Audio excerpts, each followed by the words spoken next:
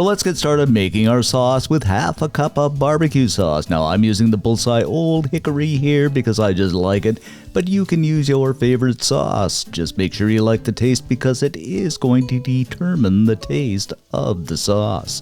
So we'll just throw this into a bowl, followed by 1/8 of a cup of low sodium soy sauce, a 1/4 cup of olive oil, a couple of tablespoons of chopped cilantro fresh from the garden, a few cracks of pepper, I'd say about a teaspoon. I'm not going to use any salt here because I'm already using soy sauce.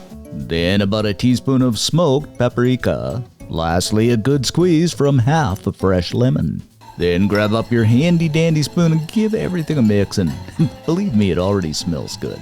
So once our sauce is good and mixed up, we're just going to set this aside for a few minutes. Next, what you want is about 6 chicken thighs, and I put a slit down the center diagonally just so they cook better and they look good.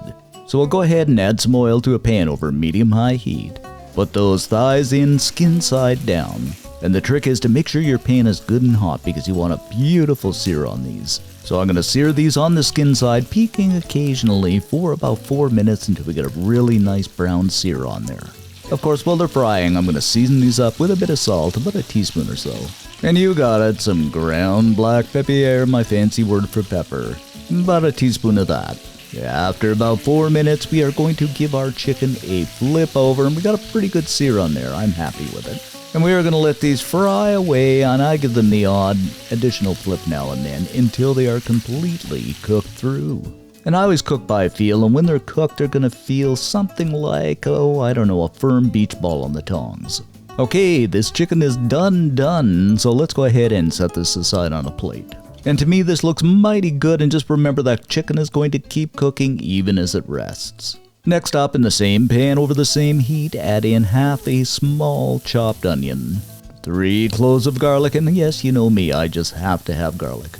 A thumb-sized chopped ginger. Don't you just love ginger? I do anyway. Now we'll grab up our spoon and have some fun and just stir and saute this for a few minutes until those wonderful, wonderful aromas of the ginger, garlic, and onion fill the air. And I don't know about your household, but myself and everybody around me loves this wonderful smell when this process of cooking's going on. Alrighty then, now in with a medium-sized red bell pepper. You don't have to use red, you can use green or yellow. And about 1.5 cups or 2 cups of fresh pineapple. You can use the pineapple chunks in the can too. Of course, once again, a stirring we will go, and oh my goodness, this is smelling and looking good to me anyway, guys. And you know what, I'm going to stop talking and crank up the music just so you can look and dream of this wonderful process going on. I need to get smell-o-vision.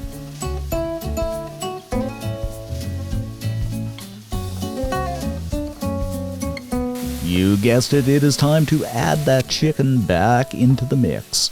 And those thighs are indeed perfectly done because those juices are indeed running clear. Pour in our sauce that's ever been so patiently waiting on the sidelines. And just make sure you get as much as you can over top of those chicken thighs. Bring it to a boil, slip a lid on, reduce the heat, and let these simmer away for, I'd say about 5 minutes or so. After about 5 minutes, we are done, guys, and don't these look absolutely spectacular?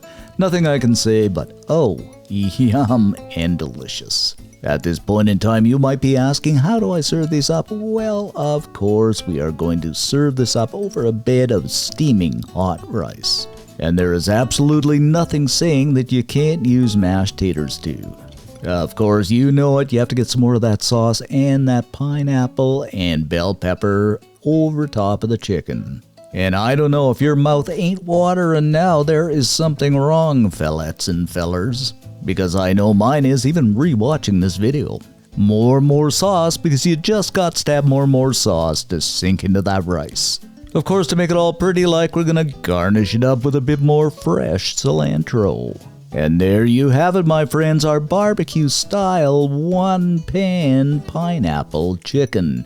Just simply out of this world. And you cut this and bite into it. I don't know what to say. It is just outrageously delicious. The chicken is done perfectly. That sauce, the pineapple, the bell peppers, just everything blends together so nicely.